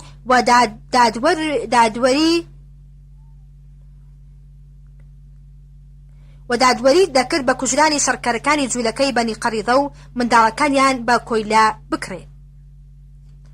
کۆیلا بکرێن. پرسیار چ کەسێک هاوڕێی خەلیدی کوڕی وەلید و عەمری کوڕی عاص بوو کاتی مسلمان بوونیان؟ وەڵام عوسمانی کوڕی تەڵحە بوو. پرسیار مەبەستی پێغەمبەر درود و سەلامی خوای لەسەر بێ لەم فەرموودەیە چییە؟ ئیسلام ئەوەی پێش خۆی لەبیر دەکات. وەڵام مەبەستی ئەوە بوو هەر کەسێ مسلمان بێت ئیسلام چاوپۆشی لە ڕابردووی دەکات. پرسیار چاکترین شەڕکەر لە سوارچاک و پیادەڕۆ لە شەڕی غابەت کێ بوو؟ وەڵام چاکترین شەڕکەر لە سوارچاکان ئەبوو قەتادە و لە پیادەڕۆ سەلمەد بن ئەکوع بوو. پرسیار هۆی ڕوودانی شەڕی بەنی مستەڵق چی بوو؟ وەڵام هەواڵیان هێنا بۆ پێغەمبەر درود و سەلامی خوای لەسەر بێ کە بێباوەڕەکان بە سەرۆکاتی حارس کوڕی ضەرار خۆیان ئامادە دەکەن بۆ شەڕکردن لەگەڵ مسلمانان. پرسیار لە بەزرهاتی ئەفەکدا دووڕوەکان چ مەبەستێکیان هەبوو؟ وەڵام لە ئەنجامی ئەوەی بێباوەڕەکان نەیانتوانی پێغەمبەر درود و سەلامی خوای لەسەر بێ تاوانبار بکەن هەستان بە خستنە پاڵی تاوان بۆ حەزرەتی عایشە. پرسیار دوای ئەوەی خوای گەورە پاکەتی حەزرەتی عایشەی سەلمات حکمی ئەوانەی کە تاوانیان خستە پاڵی چی بوو؟ وەڵام لەبەر دژایەتی کردنیان بە ئاەتی بەراعەتی حەزرەتی عایشە دووچاری گوناهێکی گەورە بوو. پرسیار ئەنجامی بەسەرهاتی ئەفک بووە هۆی قازانج و زیاتر بێگرتن و تێگەیشتنی مسلمانان. وەڵام بەهۆی دابەزینی ئاەتی بەراعەت لە سوورەتی نور خوای گەورە بنچینەی پەیوەندی دروستی کۆمەلگا باس ئەکات. پرسیار حودەیبیا لەکوێیە؟ ژمارەی مسلمانان لە شەڕی حودەیبیا چەند بوو؟ وەڵام حودەیبیا شوێنێکە لە 9 میلی مەکە و لەسەر ڕێگای مەدینەی پیرۆز کە بیرە ئاوێک لەوێدا هەیە. ژمارەی مسلمانان لەم شەڕەدا 1500 کەسە. پرسیار: بۆچی سەرکردەکانی قوڕیش حەج و عومرەی پێغەمبەر درود و سلامی خوای لەسەر بێ و مسلمانانیان قەدەغە کرد لە ساڵی شەشەمی کۆچیدا؟ وەڵام بێباوەڕان لە ڕووی ڕق و کینەوە نەیان هێشت پێغەمبەر و مسلمانان بچنە ناو مەکەوە بۆ حەجکردن و بۆ ئەوەی خەڵکی نەڵێن مسلمانان بە زۆر هاتوونە ناو شاری مەکەوە. پرسیار: نوێنەری بێباوەڕەکان لە سوڵحی حودەیبیا کوێ بوو؟ وەڵام سوهەیل بن عەمەر بوو. پرسیار: بۆچی مسلمانان گومانیان لە ئیحرام بەسن هەبوو؟ وەڵام لەبەر ئەوەی بەندەکانی سوڵحی حودەیبیا بەدڵی مسلمانان نەبوو. پرسیار: چۆن ڕێککەوتنی حودەیبیا بووە هۆی سەرکەوتنی گەورە بۆ مسلمانان؟ وەڵام لەبەر ئەوەی لە ماوەی ڕێککەوتنەکەدا توانی بۆ پاشاکان نامە بنووسێت و ئیسلام زیاتر بڵاو بکاتەوە. پرسیار: بەیعەتی ڕێزوان لەکوێ ئەنجام درا و کێ ناوینە؟ وەڵام بەیعەتی ڕێزوان لەژێر درەختێکدا ئەنجام درا، پێغەمبەر درود و سلامی خوای لەسەر بێ ئەم ناوەی لێنا. پرسیار: فتحی خەیبەر لە چ کاتێکدا ڕوویدا و پێغەمبەر درود و سلامی خوای لەسەر بێ چی کرد لە بێباوەڕان؟ وەڵام فتحی خەیبەر لە ساڵی حوتەمی کۆچیدا ڕوویدا و پێغەمبەر درود و سلامی خوای لەسەر بێ پێویستی کرد لەسەر جوولەکە کە نیوەی داهاتی خۆیان بدەن بە ئیسلام. پرسیار: پێغەمبەر درود و سلامی خوای لەسەر بێ بۆ دەرخستنی هێز و توانای خۆی لە عەمرەت القەزات چ کارێکی ئەنجامدا؟ وەڵام فەرمانی کرد کە لاشانەکانی دانەپۆشن و لە تەوافکردنیان خێراتر بن. پرسیار: هۆی هەڵگیرساندنی جەنگی مؤتە چی بوو و بۆچی ئەو ناوەی لێنرا؟ وەڵام جەنگی مؤتە بۆ تۆڵەسەندنەوەی خوێنی مسلمانان بوو کە ڕوویدا هەرچەند پێغەمبەر درود و سلامی خوای لەسەر بێ تێیدا بەشدار نەبوو، بەڵام بەهۆی گرنگی شەڕەکە بە غەزوەت ناوبانگی دەرکرد. پرسیار: ئەم فەرموودە تەواو بکە. ئەگەر زەید شەید بوو ئەوە جەعفەری کوڕی ئەبوو تالیب بوو بۆ شایی؟ وەڵام و ئەگەر جەعفەری شتێکی بەسەر هات ئەوە عەبدوڵای کوڕی ڕەواحە لە جیاتی دابنێن. پرسیار: چۆن بێباوەڕەکانی قوڕیش پەیمانیان لەگەڵ پێغەمبەر درود و سلامی خوای لەسەر بێ شکاند لە ئەنجامدا فتحی مەکە هاتە پێش؟ وەڵام بێباوەڕەکانی قوڕیش یارمەتی هۆزی بنی بەکریاندا بۆی چاکچەک و کەسانێکەوە بۆ لێدانی هۆزی خوزاعە کە هاوپەیمانی مسلمانان بوون، بەم جۆرە پەیمانیان لەگەڵ پێغەمبەردا شکاند. پرسیار: بۆچی پێغەمبەر درود و سلامی خوای لەسەر بێ ویستی هەواڵی خۆ ئامادەکردن بۆ ڕزگارکردنی مەکە بەنهێنی بمێنێتەوە؟ وەڵام بۆ ئەوەی بێباوەڕەکان خۆیان بەرامبەر مسلمانان ئامادە نەکەن. پرسیار: دوای ڕزگارکردنی مەکە هەڵسوکەوتی پێغەمبەر درود و سلامی خوای لەسەر بێ لەگەڵ ئەبوو سوفیان چۆن بوو؟ وەڵام پاش مسلمان بوونی گەورەی قوڕیش واتە ئەبوو سوفیان پێغەمبەر درود و سلامی خوای لەسەر بێ فەرمووی هەرکەس پەنا بۆ ماڵی ئەبوو سوفیان ببات ئەوە پارێزراو دەبێت. پرسیار: لەبەرچی پێغەمبەر درود و سلامی خوای لەسەر بێ زۆر بە شەرم و لە خواترسانەوە چۆتە ناو مەکەوە؟ وەڵام بۆ دەرخستنی سوپاسگوزاری بەرامبەر فەرمانی خوای گەورە زۆر بەخۆ کەمزانین و شەرمەوە چووە ناو شاری مەکەوە. پرسیار: ئایا مەکە بە شەڕکردن یان بەڕێککەوتن ڕزگار کرا و پاشان پێغەمبەر درود و سلامی خوای لەسەر بێ چی بەیان کرد؟ وەڵام مەکە بە ئارامی و دوور لە شەڕ ڕزگار کرا، پێغەمبەر درود و سلامی خوای لەسەر بێ فەرمووی هەر کەسێک دەرگای ماڵەکەی دابخات یان بچێت بۆ کەعبە یان بچێت بۆ ماڵی ئەبوو سوفیان ئەوە پارێزراو دەبێت. پرسیار: لەبەرچی مسلمانان لە سەرەتای شەڕی حەنین شکان بەڵام لە دواییدا سەرکەوتن؟ وەڵام لە سەرەتادا مسلمانان بەهۆی زۆری خۆیان لە خۆبایی بوون و دووچاری شکان بوون، بەڵام بە ئاگاهاتنەوە و لەگەڵ پێغەمبەری خوادا درود و سلامی خوای لەسەر بێ بەرگریەکی زۆریان کرد و سەرکەوتن. پرسیار: کام ئاەتە لە قورئاندا دەربارەی حەنین هاتووە؟ وەڵام لە ئاەتی 25 سوورەتی تەوبە هاتووە ڕۆژی حونەین بە زۆری خۆتان لە خۆبایی بوون بەڵام هیچ سوودێکی بۆ ئێوە نەبوو. پرسیار: ژماری ئەو هاوڵانە چەند بوون کە بەرگریەکی زۆریان لە پێغەمبەر کرد لە شەڕی حونەیندا؟ وەڵام لە نێوان هاوڵاندا ئەسحاب لە هەمویان زۆرتر دەکەس بەرگری چاکیان کرد کە حەزرەتی ئەبوبەکر و عومەر و عوسمان و عەلی خۆیان لێ ڕازی بێ لە نێوانیاندا بوون. پرسیار: بۆچی لە دوای شەڕی حونەین پێغەمبەر درود و سلامی خوای لەسەر بێ فەرمانیدا بە گەمارۆدانی تائیف؟ وەڵام وەی گەمارۆدانی تائیف لە دوای شەڕی حونەین ئەوە بوو کە چەکدارەکانی هۆزی ثەقیف و هۆزان لە قەڵای خەیبەر خۆیان حەشاردا بوون. پرسیار: ناوی سێ لەوانەی کە تازە مسلمان بوون واتە مؤلەفە القلوب بهێنە. وەڵام سەفوان بن ئەمیەت، ئەبوو سوفیان بن حەرب، حەکیم بن حەزام لە کۆمەڵی مؤلەفەت القلوب بوون. پرسیار: بۆچی لە شەڕی تەبوکدا پێغەمبەر درود و سەلامی خۆی لەسەر بێ بە ئاشکرا ناوی دوژمنی هێنا؟ وەڵام لەبەر زۆری دوژمن و دووری ڕێگا پێغەمبەر درود و سەلامی خۆی لەسەر بێ بە ئاشکرا دەربارەی دوژمن قسەی فەرموو. پرسیار بۆچی شەڕی تەبوک بە شەڕی عەسرە ناوبرا؟ وەڵام چونکە لەو کاتەدا وشکە ساڵ بوو، هەروەها زۆر پێویستان بە چەک و دارایی و ئەسپ و وشتر بوو. پرسیار سێ کەس لە شەڕی تەبوک بەشداریان نەکرد، ناویان چی بوو؟ وەڵام کەعب بن مالیک، مەرارەت بن ڕەبیع، هیلال بن ئەمیە. پرسیار لە شەڕی تەبوک ژمارەی مسلمانان چەند بوو؟ وەڵام 30,000 کەس بوو. پرسیار ناردنی نوێنەر لەگەڵ نامەدا لەلایەن پێغەمبەر درود و سەلامی خۆی لەسەر بێ بۆ ڕۆژهەڵات و ڕۆژئاوا بۆ چ مەبەستێ بوو؟ وەڵام نیشانەی ئەوەیە ئیسلام بۆ هەموو مرۆڤایەتیە بەبێ ئەوەی گوێ بدرێ بە ڕەنگ و ڕەگەز و شوێنی نیشتەجێ. پرسیار بۆچی ساڵی نۆیمی کۆچی ناونرا بە ساڵی نوێنەران عامل وەفود؟ وەڵام چونکە وەفد و نوێنەری زۆر ئامادەبوونی خۆیان بۆ ئیسلام ڕاگەیاند. پرسیار حەجەتل ویداع لە چ ساڵێکدا بوو و چ ناوێکی دیکەی هەبوو؟ وەڵام لە ساڵی دەیەمی کۆچیدا بوو، حەجەتل بەلاغ و حەجەتل ئیسلامیشیان پێدەوت. پرسیار پێغەمبەر درود و سەلامی خۆی لەسەر بێ لە حەجەتل ویداعدا کام جۆرە حەجی کردووە؟ وەڵام پێغەمبەر درود و سەلامی خۆی لەسەر بێ حەجی بە شێوەی قورئان ئەنجام داوە. پرسیار پێغەمبەر درود و سەلامی خۆی لەسەر بێ مسلمانانی لە مینا و عەرەفات لەسەر چی کردیانی بە شاهید؟ وەڵام مسلمانانی کرد بە شاهید لەسەر ئەوەی کە کارەکانی خۆی و گەیاندنی ئاینی ئیسلام بەڕێکی ئەنجام داوە. پرسیار پێغەمبەر درود و سەلامی خۆی لەسەر بێ چەند جار حەج و عومرەی کردووە؟ وەڵام پێغەمبەر درود و سەلامی خۆی لەسەر بێ 1 جار حەجی کردووە و 4 جاریش عومرەی کردووە کە یەکێکیان لەگەڵ حەجدا بووە.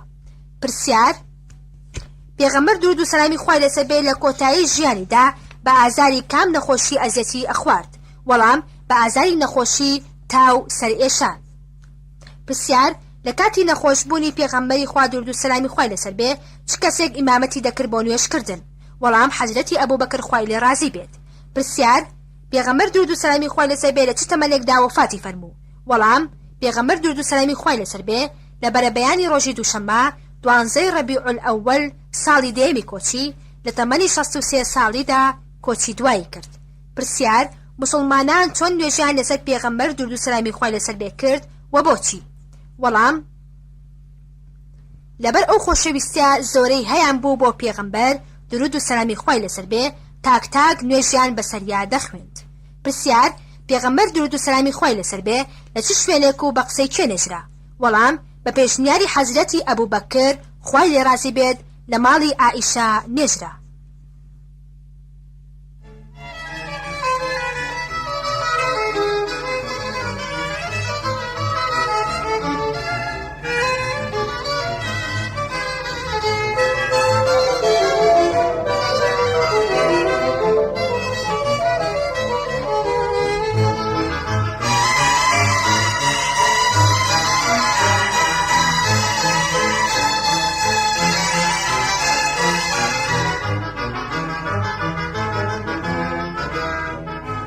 کاسێتی شەشەم دیوی یەکەم. پرسیار یەکەم گەورەترین موعجزەی پێغەمبەر درود و سەلامی خوای لەسەر بێ چییە؟ وەڵام قورئانە. پرسیار ئایا پێغەمبەر درود و سەلامی خوای لەسەر بێ نووسین و خوێندنی ئەزانی و بە چ بەڵگەیەک؟ وەڵام نووسین و خوێندنی نەزانیوە بە بەڵگەی قورئان کە ئەفەرمێ تۆ پێشتر نەتنووسیوە و نەتخوێندووە، دەستەکانت خەتی نەنووسیوە. سوورەتی عنکەبوت ئاەتی 48. پرسیار ناوی ئەو مناڵانەی پێغەمبەر درود و سەلامی خوای لەسەر بێ کە لە خەدیجە بوون چی بوون؟ وەڵام قاسم، ڕوقیا، زەینەب، ئومولکەلسوم، فاتیمە. پرسیار دایکی ئیبراهیم کام یەک لە خێزانی پێغەمبەر بوون و بۆچی فەرمووی لە بەهەشتدا دایەی ئیبراهیم شیری پێ ئەدات؟ وەڵام دایکی ئیبراهیم ماریەی قوتبی بوو و ئیبراهیم لە 8 مانگی کۆچی دوایی کرد. پرسیار کام یەک لە منداڵانی پێغەمبەر درود و سەلامی خوای لەسەر بێ پێش کۆچکردنی پێغەمبەر و کامیان لە دوای کۆچکردنی پێغەمبەر وەفاتیان کرد؟ وەڵام هەموو منداڵانی پێغەمبەر درود و سەلامی خوای لەسەر بێ پێش خۆی وەفاتیان کرد، تەنها فاتمە 6 مانگ دوای خۆی کۆچی دوایی کرد. پرسیار بۆچی هەتا خەتیجە زیندوو بوو پێغەمبەر درود و سەلامی خوای لەسەر بێ ژنینتری نەهێنا؟ وەڵام لەبەر ئەوەی پێغەمبەر درود و سەلامی خوای لەسەر بێ زۆر ڕێزی لێدەگرت و خۆشی ئەویست. پرسیار: حەزرەتی عایشە لەسەر ژنانی تری پێغەمبەر درود و سەلامی خوای لەسەر بێ چ تایبەتمەندێکی هەبوو؟ وەڵام حەزرەتی عایشە تەنها خێزانی بوو کە بە کچی هێنابووی وەحی لە ماڵی عایشە دائەبەزی لە بەر زیرەکی و بیرتیژی یارمەتی لە بەرکردنی وەحی بۆ پێغەمبەر درود و سەلامی خوای لەسەر بێ دەکرد. پرسیار: بۆچی پێغەمبەر درود و سەلامی خوای لەسەر بێ حەفسەی کچی حەزرەتی عومەری تەلاقدا و جوبرائیل لەبارەیەوە چی فەرموو؟ وەڵام پێغەمبەر درود و سەلامی خوای لەسەر بێ حەفسەی تەلاقدا چونکە حەساسیەت و دەماگیریەکی زۆری تێدا بوو، حەزرەتی جوبرائیل فەرمووی کاتێک حەفسە تەلاقدا بەڕۆژوو بوو نوێشکەر بوو، دوایش لە بەهەشدا خێزانی تۆ دەبێت. پرسیار: سەرپەرشتیاری ئوم سەلمە و زەینەبی کچی جەحش لە شوکرکردنیان بە پێغەمبەر درود و سەلامی خوای لەسەر بێ کێ بوو؟ وەڵام سەرپەرشتی ئوم سەلمە کوڕەکەی عومەر بوو، بەڵام سەرپەرشتی زەینەب خوای گەورە بوو وەک لە قورئاندا هاتووە. پرسیار: کام یەک لە ژنانی پێغەمبەر لە شەڕدا بەدیلگیران؟ وەڵام دوو کەس لە خێزانەکانی پێغەمبەر درود و سەلامی خوای لەسەر بێ دیل بوون، ماریەی قوبطی و ڕەیحانەی کچی عەمر بوو. تەواو بوو. والحمد لله رب العالمين، وصلى الله على سيدنا ونبينا محمد وعلى آله وصحبه وسلم. کۆتایی کتێبی 250 پرسیار و وەڵام دەربارەی سیرەی پێغەمبەر درود و سەلامی خوای لەسەر بێ. 100 گەنجینەی ڕاستەوخۆ ئامادەکردنی فەرهاد قادر. پرسیاری یەکەم: ئەم کەسایەتیانە بەچی ناسراون؟ وەڵام: ئەدیسۆن کارەبا، ئەرستۆ فەلسەفە، ئەنشتاین فیزیا، بیردۆزی ڕێژەی. پرسیاری دووەم: ئەوە چیە هەناسە دەدات و گیانی تیادا نییە؟ وەڵام: بەرە بەیانە والصبح إذا تنفس. پرسیاری سێیەم: هەر یەک لەم گیان لە بەرانەی خوارەوانی شانن بۆچی؟ کۆتر ئاسک هەڵۆ. کۆتر ئاشتی و برایەتی، ئاسک ئازادی و بێگوناهی، هەڵۆ فیز و لوت بەرزی. پرسیاری چوارەم: کام پاشای بەریتانیا ئینگلیزی نەدەزانی؟ وەڵام: جۆرجی یەکەم. پرسیاری پێنجەم: ئایا مێشولە سی هەیە؟ وەڵام: نەخێر لەبەر ئەوەی قەوارەی گەورەتر ئەبوو ئەگەر سی هەبوایە. پرسیاری شەشەم: ئایا ماسی دەخەوێت؟ وەڵام: بەڵێ، بەڵام چاوی نانوقێنێت. پرسیاری حەوتەم: وشەی دینار سەرچاوەکەی لە چیەوە هاتووە و سەرەتا چی پێدەوترا؟ وەڵام: وشەیەکی لاتینیە، سەرەتا پێدەوترا دیناریۆس. پرسیاری هەشتەم: ئەو دەریایە ناوی چییە کە هیچ جۆرەی گیاندارێکی ئاوی تێدا ناشی؟ وەڵام: دەریای مردوو، بەحرالمەیت. بەڵام زانایانی زانکۆی ڕۆما دوای تاقیکردنەوەی ناوی دەریاکە بۆیان دەرکەوت کە بۆ نەخۆشی پێست و پشت ئێشە باشە. پرسیاری نۆیەم: یەک چاوی مرۆڤ چەند ئامێری وەرگرتنی تیشکی تێدایە؟ وەڵام: 130 ملیۆن ئامێری وەرگرتنی تیشکی، واتە 130 ملیۆن خانەی تێدایە. پرسیاری دەیەم: ئەو وڵاتە کوێیە کاتێک کەسایەتێکی گەوریان لێ ئەمرێت ئاڵاکەیان داناگرنا خوارەوە؟ وەڵام: وڵاتی سعودیەیە، لەبەر ئەوەی لەسەر ئاڵاکەیان نووسراوە لا إله إلا الله محمد رسول الله. پرسیاری یانزە: لە کام وڵاتدا جامی جیهانی تۆپی پێدزرا؟ وەڵام: لە وڵاتی ئینگلتەرا و لە ساڵی 1966دا.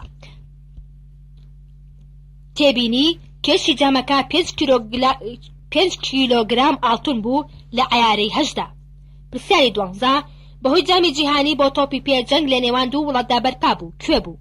وەڵام: سلڤادۆر و هێندۆراس. پرسیاری 13: تۆڕی جاڵجاڵۆکە لە چی دروست کراوە؟ وەڵام: لە ئەوریشم.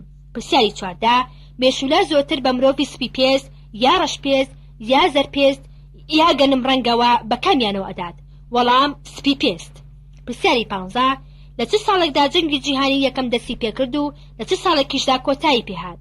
وەڵام: لە ساڵی 1914دا دەستی پێکرد و لە 11 1980دا کۆتایی پێهات. پرسیاری 16: ئایا چ گازێک لەمانە ڕێژەی لە هەوادا زیاترە؟ هایدرۆژین، ئۆکسجین، نایترۆژین؟ وەڵام: نایترۆژین لە 178 هەوایە. پرسیاری 17: ئەو ڤیتامینە سەرەکیانەی کە لە شیردا هەن کامانن؟ وەڵام: A، B1، B2، C، D.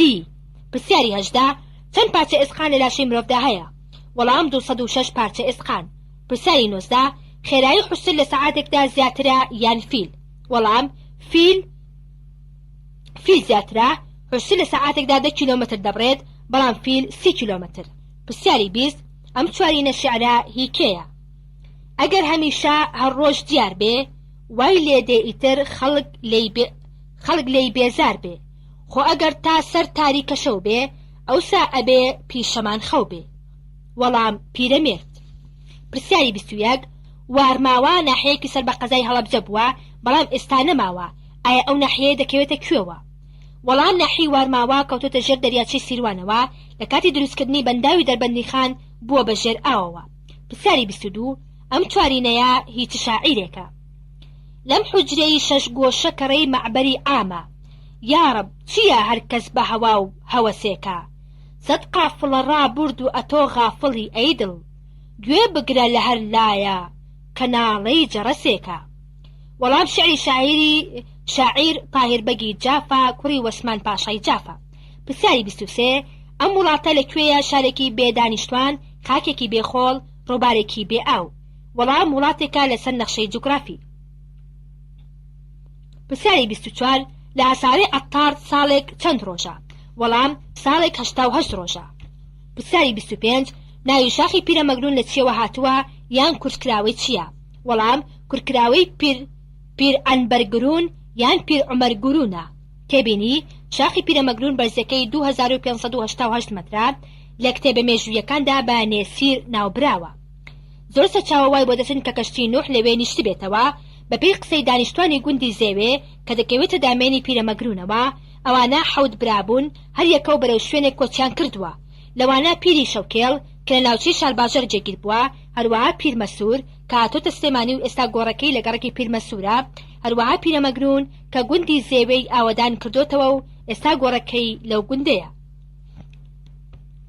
پرسیاری 26 مەموزی شاکاری شاعیری بەناوبانگ ئەحمەدی خانیە و بە شێوازی کرمانجی ژوورو داڕێژراوە. یەکەم کێ ئەم بەرهەمەی کرد بە کرمانجی خوارو و سۆرانی؟ دووەم کێ ئەم بەرهەمەی وەرگێڕایە سەر زمانی عەرەبی؟ وەڵام یەکەم هەژاری موکریانی، دووەم محەممەد سەعید ڕەمەضان بووتی. پرسیاری 27 یەکێک لە تاوانەکانم ئەوەیە خەم بۆ کوردستان دەخۆم. ئەمە وتەی زانایەکی کوردی کوردستانی باکوورە کوردستانی تورکیا، ناوی ئەو زانایە چییە؟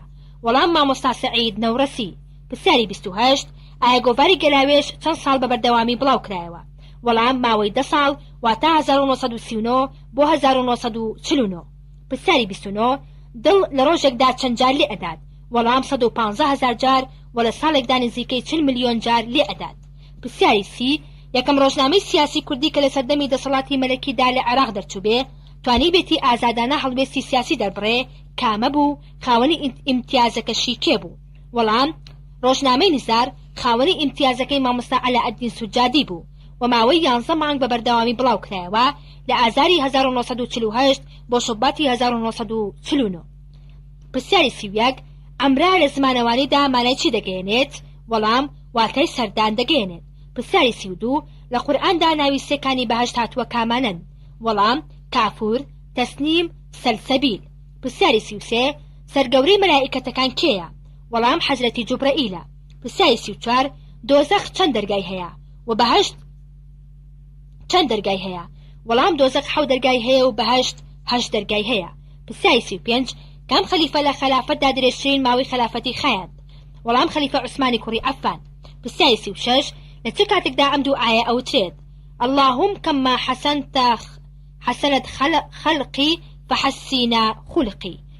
وەڵام لە کاتی سیرکردنی ئاوێنەدا. پرسیاری 37 کەلیم الله نازناوی چ پێغەمبەرێکە؟ وەڵام موسا عەلەیهی سەلام. پرسیاری 38 دەرگای ڕەیانی بەهەشت بۆ کێیە؟ وەڵام بۆ ڕۆژوەوان. پرسیاری 39 لە چه نوێژێکدا قیبلە گۆڕا؟ وەڵام نوێژی نیوەڕۆ. پرسیاری 40 ئایا دۆزەخ قسە دەکات؟ نمونەیەک لە قسەکانی چییە لە قورئاندا؟ وەڵام بەڵێ هەل من مەزید. پرسیاری 41 کۆنتری فولکەی شاری سلێمانی کامەیە؟ وەڵام فولکەی بەردەرکی سەرا. پرسیاری 42 ئەم پارچە هۆنراوەیە هی کام شاعیرە؟ لە خەو هەستن میلەتی کورد خەو زەرەرتانە، هەموو تاریخی عالم شاهدی فەضڵ و هونەرتانە. وەڵام ئەحمەد موختار جافا کە لە ساڵی 1999 لەدایک بووە و ساڵی 1934 کۆچی دوایی کردووە. پرسیاری 43 ناوی شاعری گەورە پیرەمێرد چییە؟ وەڵام ناوی تۆفیق محمود ئاغای هەمزە ئاغای سەرحەویە، ساڵی 1967 لە سلێمانی لەدایک بووە. پرسیاری 44 ناوی شاعری گەورە مەولەوی چییە؟ وەڵام عەبدوڕەحیمی کوڕی مەلا سەعیدە کە ڕەچەڵەکی دەچێتەوە سەر پیر خدری شاهەوە. پرسیاری 45 کێ بوو ئەو ئافرەتە کوردەی لە برین مێردەکەی بۆ ماوەیەک ئەمارەتی سۆرانی بەڕێوە برد؟ وەڵام خاتوو خانزادی میری سۆران کچی حەسەن بەگ. پرسیاری 46 ناوی ئەو دوو پێغەمبەری کە خێزانەکانیان ئیماندار نەبوون چییە؟ وەڵام حەزرەتی نوح و حەزرەتی لووتە. پرسیاری 47 سەلاحەددینی ئەیوبی ناوی چیە و لەکوێ لەدایک بووە؟ وەڵام یوسفی کوڕی ئەیوب لە تکریت لەدایک بووە و لە ساڵی 1938ەوە لە ساڵی 1938 لەدایک بووە، لە ساڵی 1970 قودسی ڕزگار کرد، گۆڕەکەشی لە مزگەوتی ئەمەویە لە شاری دیمەشق. پرسیاری 48 چەند سورەت لە قورئاندا بە ناوی پێغەمبەرانەوەن؟ وەڵام 6 سورەت: یونس، هود، یوسف، ئیبراهیم، نوح، محەممەد صلی الله عليه وسلم. پرسیاری 49 وشەی تاسووجا کوێیە و بە مانای چی دێت؟ وەڵام وشەیەکی تورکیە و بە مانای بەرەو دواوە دێت. پرسیاری 50 ئەو پێغەمبەرانە کە بە ئەولول عەزەم ناسراون کامانن؟ وەڵام ئیبراهیم، نوح، موسا، عیسا، محەممەد درود و سلامی خۆی لەسەر بێ. پرسیاری 51 ئەم چوارینەیە هیکێیە؟ بەوە موفلیسن خەڵک کەنیانە، من بەبوونی زۆر ماڵم وێرانە، خوایە دانام کە نەک دانای بەدحاڵ، بیناییم بەرێ پێی نەکەومە چاڵ. وەڵام پیرەمێرد. پرسیاری 52 ئەم وتەیە هیکێیە؟ خۆتان بپارێزن لە دوعای دایک و باوکتان لێتان. وەڵام ئەبوبەکری سەدیق ڕەزا و ڕەحمەتی خوای لێبێ. پرسیاری 53 ئەو ئافرەتە کێیە کە لە تەمەنی 6 ساڵی داوتوێتی ئارام بگرم لەسەر برسێتی ئەم دنیای باشترە لەوەی دووچاری دۆزەخ بم بەهۆی خواردنی حرامەوە؟ وەڵام ڕابیعەی عەدەوی. پرسیاری 54 ئەم وتەیە چی دەگەێنێت و هیکێیە؟ مردن لە پێناوی ڕاستیدا چاکترە لە ژیان لەگەڵ درۆدا. وەڵام ئەرستۆ. پرسیاری 55 ئەم چواری نەشیعرە هی کام شاعیرە؟ یەکێ پرسی کە پێغەمبەر لەگەڵ ئەم شەوکەت و شانە، چ موجیب و متەصیل پڕ فکرەت و دائیم بە ئەحزانە، لە پاش ئەلف و ئەوەندە ئەم جوابە جوانەی دایەوە شەیتان، ئەمەی دیوا کە ئومەت وا ئەسیری نەفس و شەیتانە. وەڵام مەحوی. پرسیاری 56 ڕۆڵی خڕۆکەی سپی لە لاشی مرۆڤدا چییە؟ وەڵام بەرگریکردنا لە میکرۆب. پرسیاری 57 ئەم پەندا هیکێیە؟ هەر دوژمنێک کە خزمەتت کرد دەبێ بە دۆست، بەڵام نەفسل ئەمارات تا خزمەتی بکەیت زیاتر دەبێتە دوشمن. وەڵام سعدی شیرازی. پرسیاری 58 ئەم چوارینەیە هیچ شاعیرێکە؟ هاتمە بەر دەرگای تۆ بێدەسەڵات و لات و مات، مشتری غەفرانی تۆم یارەب بە نەقدی 4 سیفات، مفلیسی یەک بێکەسی 2 سۆزی دڵ 3 عجز 4، غەیری لوتفی تۆ ئومێدێکم نییە بۆ ڕێی نەجات. وەڵام ئەحمەدی خانی. پرسیاری 59 کام شاعیری کورد لە مردنی ژنەکەیدا دەڵێت شورای ئاشورا دیسان بەزمی بەست، محەڕەم هات و مەحرەم چوو لە دەست؟ وەڵام مەولەوی. پرسیاری 60 یەکەم ڕۆژنامەی کوردی ناوی چیە لە چ ساڵێکدا دەرچوو؟ وەڵام ڕۆژنامەی کوردستان ساڵی 1998 دەرچووە. پرسیاری 61 لە هەساری مەریخ ساڵێک چەند ڕۆژە؟ وەڵام 687 ڕۆژە. پرسیاری 62 ڕۆڵی خڕۆکەی سوود لە خوێندا چییە؟ وەڵام گەیاندنی ئۆکسیجین بە ئەندامەکانی لەشە. پرسیاری 63 ڕەقترین ئەندامی لەشی مرۆڤ کوێیە؟ وەڵام ددانە. تێبینی یەکەمین پزیشکی ددان لە سەدەی پێنجەمی پێشزاین لە میسردا بە ناوی هیرۆ دیت بووە. پرسیاری 64 بۆ یەکەم جار ئامێری چاپ لە ساڵی چەنددا هێنرایە شاری سلێمانی و کێ هێنای؟ وەڵام ساڵی 1920 مێجەرسۆن هێنای. پرسیاری 65 پیاوچاکی گەلەکەمان کەریمی عەلەکە ساڵی چەند کۆچی دوایی کرد؟ وەڵام 1948. پرسیاری 66 کۆنترین دراو لە جیهاندا کام دراوەیە؟ وەڵام جونەیهی ئستەرلینیە لە بەریتانیا نزیکەی 1000 ساڵە هەیە. پرسیاری 67 حەج لە زمانەوانیدا مانای چییە؟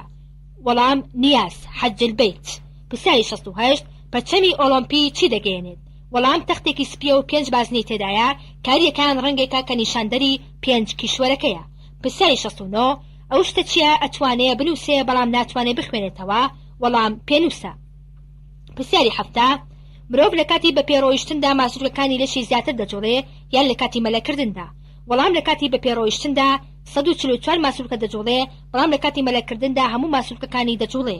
پرسیاری 71 چوارباخ ناوی گەڕەکێکی دێرینی شاری سلێمانیە، ناوی 3 شاری تر بڵێ لە کوردستاندا هەمان گەڕەکیان تێدا بێت. وەڵام شاری پێنجوێن، مەریوان، مەهاباد، سنە.